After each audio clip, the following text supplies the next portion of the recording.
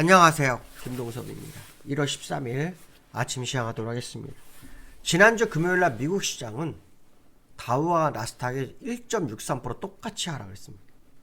기술적으로는 제가 볼 때 큰 문제 없습니다. 큰 문제 없는데 1.6% 하락했습니다. 미국 시장의 하락 이유는 지표에서 이유를 찾고 있는데요. 미국이 작년에 금리 인하를 했잖아요. 근데 연말에 금리를 인하를 했지만 매파적 금리를 하면서 연준 의원들은 점진적 금리 인하 가능성을 제기를 했죠. 근데 그 금리 인하를 계속 유지하려면 지표가 좀 안 좋아야 됩니다. 특히 고용지표 아니면 인플레이션 이 두 가지인데요. 고용지표가 작년 12월 고용지표, 그러니까 비농업 일자리가 발표가 났는데요. 시장 예상치가 15만 5천 명 정도 증가할 거다라는 예상치가 있었습니다. 근데 실제로 뚜껑을 열었더니 26만 6천 명이 증가되면서 시장 예상치보다 11만 1천 명이 늘어났습니다. 굉장히 뜨거운 거죠, 고용시장은. 특히 그 실업률이 4.2에서 4.1로 내려왔습니다. 그러니까 더 이상 금리 인하할 필요가 없다라는 그런 뉘앙스를 보이고 있죠. 근데 사실은 미국은 지표가 오락가락합니다. 지표별로 약간씩 오락가락 하는데 이 고용이 너무 타이트하니까, 너무 뜨뜻하니까 금리 인하 안 하겠구나 이런 해석을 하고 그 시장이 금요일날 빠진 거다 이렇게 보시면 됩니다. 연준이 당분간 금리 동결하겠구나라는 그런 생각이 시장을 자극을 했고요. 일각에서는 올해 금리 인하가 없을 수 있다는 얘기를 하는데요. 이 일각에서 금리 인하가 없다라고 발언하는 대표적인 사람은 제레미 시걸입니다. 제레미 시걸. 마틴 스컬 명예회고 쓰는데요. 이 사람이 어쩌면 금리 인하가 없을 수 있겠다 이렇게 얘기도 합니다. 그것이 시장을 많이 밀어내는 그런 상황이 있습니다. 그렇지만 기술적으로는 큰 문제가 없고 또 지금은 분산 작업이기 때문에 또 다른 자료가 나오면 주가는 오를 거다. 그런 해석도 해봐야 될 것 같습니다. 이제 이번 주가 지나면 트럼프 대통령이 임기를 시작하죠. 시장 우려는 대통령이 되자마자 약 300건 정도를 법안을 어떻게 해서 시행을 하겠다 그런 얘기가 나오죠. 특히 비상사태 선포를 하겠다 이런 얘기까지 나오고 있어서 시장이 상당히 좀 이 부분에 대해서도 근심이 좀 많은 그런 상황입니다. 뚜껑을 열어봐야겠죠. 뚜껑을 열어보면 알겠지만 뚜껑 열기 전까지는 부담감이 시장에 자극을 하는 거죠. 그 부담감 속에서 이런 고용지표의 어떤 재료들은 시장에 도움이 안 되죠. 그래서 좀 빠진 거다 이렇게 보시면 될 것 같고 엔비디아가 3%, AMD가 4.8%, 브로드컴 2.2% 정도 빠지면서 반도체주들이 대체적으로 하락세의 흐름을 좀 보이는 상황이었습니다. 국제유가는 76불까지 올라왔습니다. 이거 오르면 이제 인플레이션 자각할 수 있는 공간이 80불이잖아요. 상당히 좀 많이 올라왔다 이렇게 보시면 될 것 같고요. 이 와중에 중국 인민은행은 중앙은행이죠. 금을 또 사기 시작했다고 합니다. 이 금을 항상 보면 이 중국이 미리 매입해놓고 일정 시간이 지나면 주가를 땡기는데 이 중국이 금을 또 매수하기 시작했다고 하는 그런 뉴스도 있네요. 나스닥과 다우 차트를 보시면 지난 토요일날 공개 방송한 것처럼 기술적으로는 아무 문제가 없습니다. 우하향 추세선이기 때문에 하락 이력이 없습니다. 그러나 월봉은 분산 차트입니다. 그렇기 때문에 이거는 박스권일 확률이 굉장히 높다고 판단하고 있고요. 나스닥 쪽에서 마찬가지입니다. 일봉상으로는 하락 이력이 없습니다. 여기서 내려간 다음 대형 악재가 터져야 됩니다. 그렇지 않다 보통 경우는 박스권을 향해서 움직일 확률이 굉장히 높다. 그런 해석을 해봐야 될 것 같습니다. 엔비디아 차트를 좀 보면 엔비디아가 조금 밀렸죠. 밀렸습니다. 여기 이날 2% 갔다 6% 밀렸다 다시 또 제재로 왔죠. 요 고점에 대한 저항 이렇게 했는데 월봉 주봉상으로 전혀 아니다고 얘기했죠. 아직 남아있다 그랬습니다. 주봉상으로 156 정도까지는 가야 됩니다. 그러니까 아직 추세가 바뀌었거나 하지 않았다라고 저 판단하고 있고요. 일단 아래꼬리 가서 생긴 저점에서 양봉이 생겼던 자리에서 아래꼬리 생긴 게 특징이고요. 그 다음에 국제유가를 한번 볼 필요성이 있죠.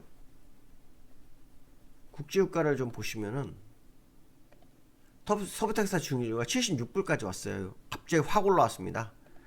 요 라인 넘어가면 인플레이션 문제되죠. 그러면 고용지표가 좋아도 인플레이션이 나오면 금리 인하해야 되죠.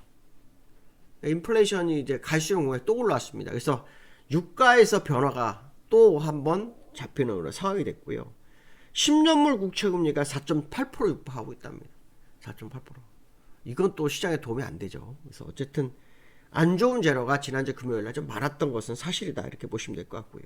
중개인민원이 금을 매입하고 있다, 뭐 그런 얘기도 제가 했었는데요. 금값도 한번 볼까요? 금값은 지금 횡보인 걸로 제가 알고 있습니다. 네, 그렇죠? 2,700 여기서 박스권.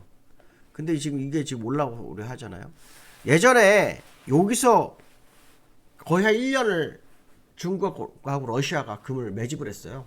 그런데 올랐거든요. 근데 중국이 또 진입을 시작했다, 그 뉴스가 있습니다. 그거로 본다 그러면 주가는 오르지 않겠냐. 이 금값은 또 다시 오를 것 같습니다. 지난번 2,800불은 1차 제가 얘기했던 목표치는 같고요. 지금은 2차 목표치가 3,000불 정도였잖아요. 3,000불 넘어갈 거냐, 그 부분이었는데 이 부분이 어떻게 되는지를 좀 확인해 볼 필요성이 있고요. 그다음 환율이 한 발표성이 있죠. 원달러가 본자에서 1,465원에 끝났어요. 계속해서 그 싸움을 하고 있잖아요. 제가 아마 환율에서 이런 얘기를 했을 거예요. 월봉상으로는 1,600원이 보이는 건 사실이다. 하지만 일봉상으로는 목표치를 채운 걸로 보인다, 그 얘기 했죠. 그럼 지금 얘는 이렇게 오는데 환율이 여기서 1,474원까지 갔습니다. 9원 정도 올랐습니다. 9원 정도. 9원 정도 올랐기 때문에 얘가 이제 옆으로 기면서 이렇게 쌍봉을 치고 내려올 확률이 높아졌습니다. 이렇게 갔다가 돌파해서 가는 경우는 드뭅니다. 이렇게 갔다가 이 연장선에 갔다가 요쯤에서 맞고 이렇게 밀리는 경우가 많습니다. 그냥 죽든가. 아마 제가 얘기를 했을 거예요. 그 상황이 나오는지를 한번 확인해 볼 필요성이 있겠다, 뭐 이런 얘기를 해주고 싶고요. 지난주에 말씀드린 것 중에 하나, 금통위 하는 금통위가 이번 주에 있습니다. 이번에 금통위가 있습니다. 20일 날. 이번 주인가요? 아니요, 16일 날. 죄송합니다. 20일 날 16일입니다. 시장에서는 지난번에 한국은행이 금리 인하를 안 할 때,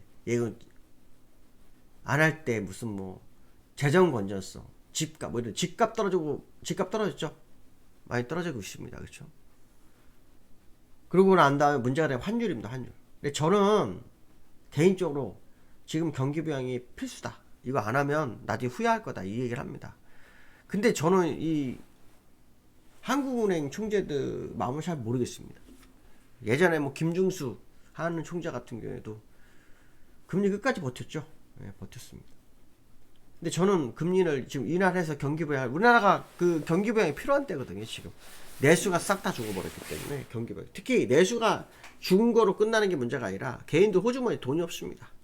이게 문제인 겁니다. 그렇죠? 그러니까 이 부분이 해소가 되는지가 중요한 관전 포인트다, 뭐 그런 해석도 해봐야 될 것 같습니다. 그래서 환율 안정보다는 경기 부양의 포인트를 맞춰야 될 거다라는 부분이 중요할 것 같고요. 특히 시장에서는 올해 약 3회 정도의 금리 인하 가능성을 제기하고 있습니다. 3회 정도 금리 인하 가능성을 한번 염두에 두고 보는 것도 나쁘지 않겠다. 결국 경기 부양책이 되는데 저는 제로 금리까지 가도 상관없다고 봅니다. 경기 살려놓고 인플레이션 나오면 다시 금리 인상하면 됩니다. 금리 인하해서 인플레이션 날까 두려울 게 아니라 일단 해놓고 올라오면 금리 잡으면 됩니다. 미국도 인플레이션 오니까 결국 금리 인상해갖고 다 잡았지 않습니까? 일단 숨통을 돌려주는 게 중요하거든요. 지금 연끌도 싹 다 무너지고 있다고 하죠. 연끌도. 그러니까 지금 결국 한국은행이 우리나라 경제에 키를 쥐고 있는 겁니다. 시장의 키를. 그러니까 한국은행이 뭔가 해야 되지 않겠냐, 그런 생각도 해봐야 될 것 같고요. 그 다음에 연초되면서 외국인들이 엄청 진입을 했습니다. 지난주 금요일 날도 매도를 하다가 결국은 다 걷어들이고 끝났습니다. 기관만 팔았거든요. 오늘도 외국인의 매수가 이루어지는지가 되게 중요한데요. 외국인이 도대체 뭘 산다 봤더니 반도체 집중, 하이닉스, 삼성전자 쪽에 집중한 그런 흐름이 나오고 있습니다. 제가 여러 번 말씀드리지만 공개방송에도 얘기해드렸지만 미국이 약세면 우리는 약세 출발, 대신에 강세 마감. 미국이 강세 출발, 우리나라는 강세 마감, 우리나라는 강세가 더 강하기 시작 마감, 뭐 이런 흐름이 있을 거다라는 얘기를 몇 번 말씀드렸었는데요. 한번 지켜보도록 하겠습니다. 오늘 여기까지 하겠습니다. 또 오늘 위클리 만기입니다. 변동성 한번 지켜볼 필요성이 있을 것 같습니다. 오늘 여기까지 하겠습니다. 감사합니다.